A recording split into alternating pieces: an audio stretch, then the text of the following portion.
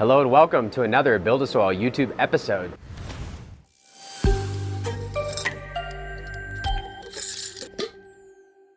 Today we've got episode 22 for season 6, day 46 of flower today. So week 7 would be 49, the end of week 7. We're getting close to the end of week 7. It looks like some of them might be finished around 8. Maybe I might go 9 weeks, we'll see. And I want to discuss how you determine like how long you're going to be able to go versus how long you want to go in a situation like this where it's overgrown. And then I'd like to contrast that with the 4x4 tent where we didn't overgrow the container. And so therefore we really can rely on the food that's in the soil to keep us as long as we need until they senescence on their own, and we'll discuss what that might mean for you. A lot of people have questions about that when they first start, like how are they gonna fade, when does that happen, how does it work? And it can be triggered early by a lack of nutrients because they're gonna start mobilizing nutrients from the leaf and other parts of the plant to get what they need if they can't access it in the soil. And that's part of the many ways that plants eat. And because of that, there became heated debate on, whether you need to flush in organic soil or whether you only need to flush in hydro.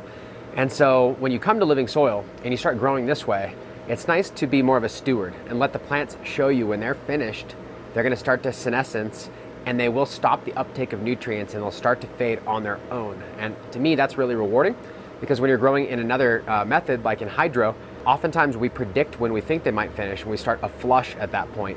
And that basically triggers senescence. And so we don't know if it was truly the plant's time or not.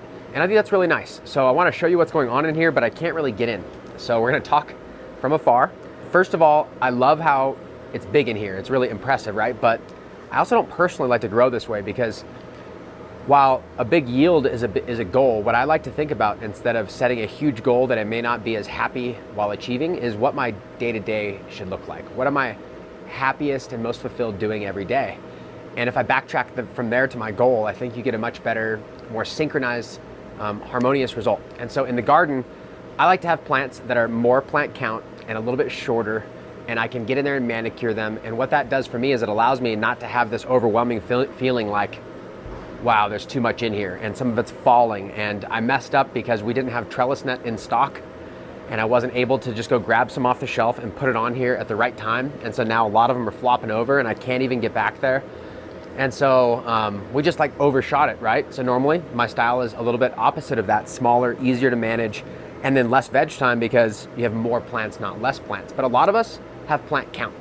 And so I think it's important to share what you can do water only with 2 plants in a 5x5 area. Now, one of the big differences in a 10x10 tent or an open grow room is you have overlapping light from other quadrants. And that really increases the yield because you're getting better light on this side, where if this is a tent wall, it would be held up and there would be a lot darker on this back half. And so you need to compare apples to apples when it comes to what your results might be based on how you're growing. Let me grab the camera and show you a little bit what's going on. So if we look right here, you can see some nice purpling happening on this one as far as the strawberry Deluxe. I'm really still in love with this one right here. Now, both of these are in earth boxes. This one's had a lot of flop happening because it got a little bit taller, and there's 2 different phenotypes. I like to call them genotypes, but the standard thing we say is the pheno. We could have a whole discussion just on that, but basically the genotype, the DNA of this particular variety, regardless of the environment, I'm liking this one, and it looks to be very, very similar to this one. And then these 2 look similar as well. And that one was floppy. I literally had to like army crawl underneath to the back and flip those up and put a piece of cable there, a piece of like green garden wire, just because I had no way of keeping them up, and I absolutely should have trellised it. And you should definitely do that. It's just something I didn't plan for. And so sometimes that happens. But look at the chunkers on this one. I really like the fade and it's really pretty. So I'm hoping these ones will be done in a week, 10 days, 15 days, something like that, because without all that trellising, I don't want to let them just age and ripen and flop over. The other thing we're seeing is fade, like inside here. You can see like a yellow leaf in here. And so that's starting to happen, and you're seeing a little bit more purple stems starting to happen. Now, a lot of the stems are really healthy. So not all of them are doing that, but that to me is a sign that it's starting to fade out, maybe because it's so overgrown for the container size. And so we really maxed it out. If you look down here, I got a couple products I was going to talk about. We're not using any of them, but I want to discuss the tools and why water only works, but also when you might use some of these other tools. So look at all the roots that have grown into that top dress. Pretty cool. So that's what's happening, and it's It's kind of just maxing out. I could top dress again, but we're getting close to finish, so I don't want to. I'm gonna discuss some of these, but I just wanted to show you what's going on below. Pretty cool leaf color. Over here, I'm very, very happy with the dog's breath. This front one has the best odor in my opinion, really fuely. This one is more like Jack Hare terps, real sweet, a little lemony, I would say. But man, just really throwing down. Nice and frosty, tons of yield on this one for 15 gallons. We super overshot the size because I would much rather have the size of the plant more mimic the size of the container. To me, to have this much canopy should be 4 30 gallons, not 2 15s. In the 4x4 bed, I also didn't trellis it, and so the Coop by the Funk is flopping out over there. You can see it, but man, I really like the odor on the Coop by the Funk, pretty mango-y. So give the camera back. So that's what's going on in here. And there's not a lot to talk about because I can't even get in there. So I wanted to discuss that. I did have some products down below, and the reason why I have them, let me grab them. I'm gonna come back up here. I've got like some ferments. Okay, this is a new one that you can find at BuildASoil.com. It's called Holy Cow.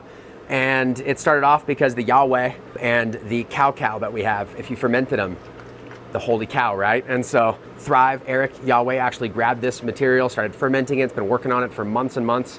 And this one is gonna be obviously a lot higher in calcium and phosphorus. So it's very unique as far as the ferment. And then this is one from fermented plant extracts. This is a peach extract. A lot of people use the fruits. So peach, anything that's a fruit that you can ferment, pumpkin, right? The flowering, fruiting part of the plant, when you ferment that, that's supposed to be good for flowering. And so the idea behind using products like this is biologically driven nutrition that wouldn't be excessive, even if you got to a point like this where you're like, man, maybe I need a little something to keep up because I overdid it. And so they become tools. Instead of, going, hey, water only works, I don't need anything. Many times what happens when my friends come in, especially outdoor, is they go, hey, I got like a 20 gallon, 30 gallon, 15 gallon, 5 gallon. Is that gonna be good enough for outdoor? I'm like, well, of course, anything is, but I think they're surprised to hear that if you wanna let a plant full season get up and run, it's like 100 to 400 gallons or tapped into the earth because they're just gonna keep going. And so at some point, your container's going to become a limiting factor, especially if you follow suit with what I see a lot of outdoor growers do. They start hella early, they get them big, and then they put them outside like early when they're big.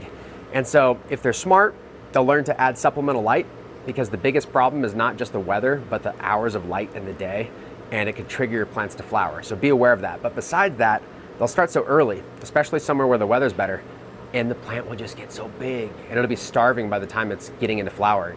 So these products can really help as a tool when you've overshot your container size based on how we teach it. And so one of the programs that a lot of people use is the Build-A-Bloom and the Big 6. And so that's gonna be kind of like a water soluble or water suspendable. And these are calcium based, organic, high phosphorus, and you have trace minerals. And so this combo works really good if you think that you've overshot the container size.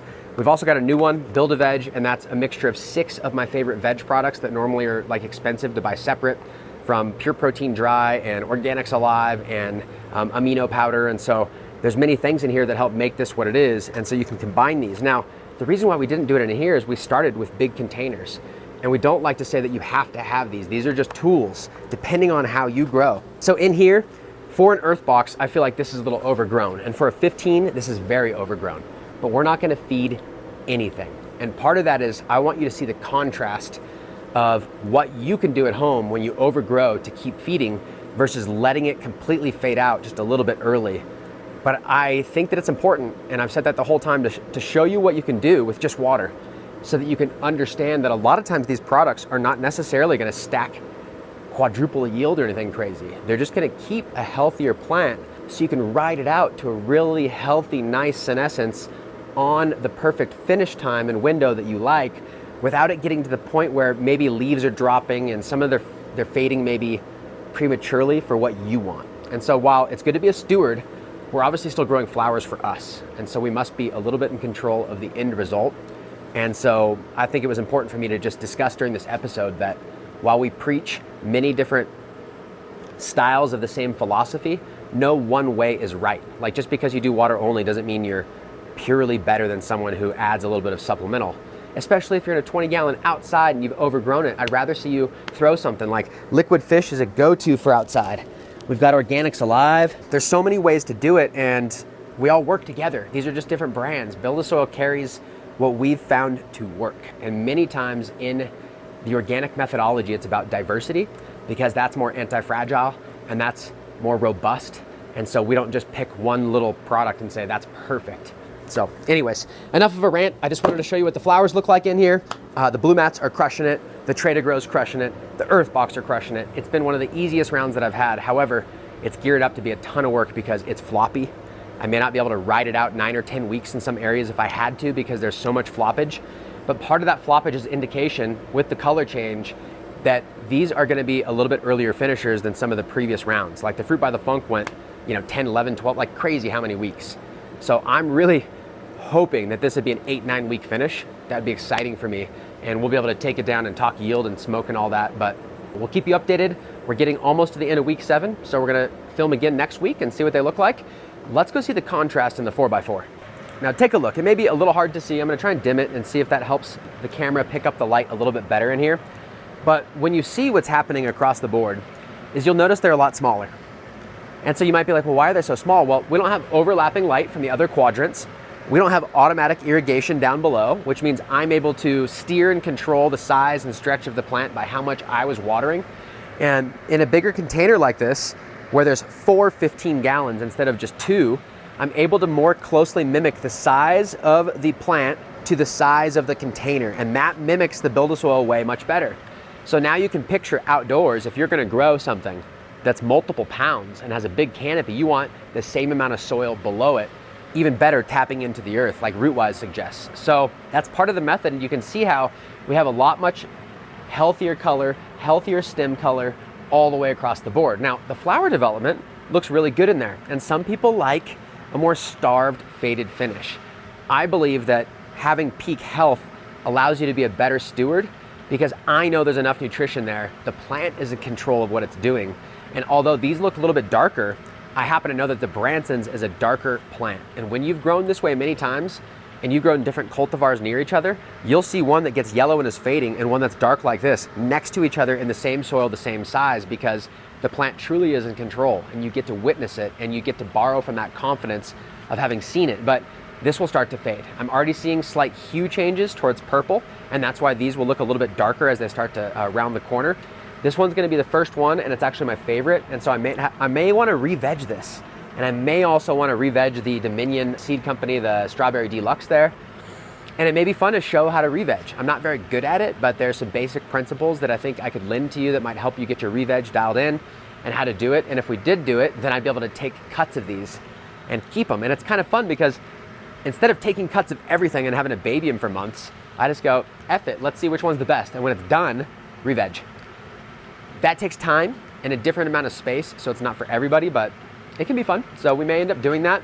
This is the halocin, so this is more halitosis leaning in my opinion, and it looks like it could go 9, 10, 11 weeks. So it may be that even with the same pack of seeds with different leaning parents, one shorter finishing, one longer finishing, we may be able to come in and like harvest this one plant, take it out, harvest these, then harvest that. And so we'll discuss it as we get closer to finishing. But I guess what I was trying to get at, when you have the size of the plant closer to the size of the container, it's easier to control, it doesn't take as much experience, you don't have to feed, and then your soil is ready for no-till a little bit more immediately, instead of having to like top dress and cover crop and let it kind of come back to a nutrition point. So I think that's another thing to consider. Otherwise, that's really everything that I wanted to cover today. I wanted to show you the plants. This one's on day 45, that's on day 46, almost the same day, but I remember I flipped this one to flower like the next morning, I think, because of the Niwa, the app. I'm not sure what I did, but I know it was like one day after. I'm excited about this one. It just smells really good. It's starting to get real funky. So, Kid, thank you for these ones. Thanks everybody for watching. If you've got questions about any of this stuff, we didn't cover a lot of ground today, but we talked a little bit of theory, and I think that's important for you to get the fundamental basics of plant size to container size and what to do potentially if you've overshot that. And there's a couple scenarios. Build-A-Veg for me is really good when I'm sexing seedlings, because if I put a seedling in a big container, it'll take longer for it to show to get to maturity to show sex, and it'll be huge by that time. So a lot of times I'll use a half gallon or 1 gallon, but I don't want them to get unhealthy. So a product that's water soluble, or brewing your own teas, or having a ferment using Yahweh, using fermented plant extracts. There's a reason why we surround ourselves with these people, is we've all found these tools to be beneficial. That's one time in veg. Another time may be like you have a couple grow rooms and you're waiting for flower and it's going longer than you thought. And you have to hold back some teenagers, and so you start pruning them and feeding them to make sure that you maintain before you transplant. So as you get kind of finessed into what your setup looks like, there might be different times where although water only is fun, you might need a tool or two. So I wanted to address that. I wanted to discuss it. If you've got questions about that, I'd be happy to discuss it. I'd like to do some more FAQs, as obviously there's not tons to do in the grow room right now. But as always, like, subscribe, tell your friends about these videos, and until next time, I'll see you on the next Build a Soil video.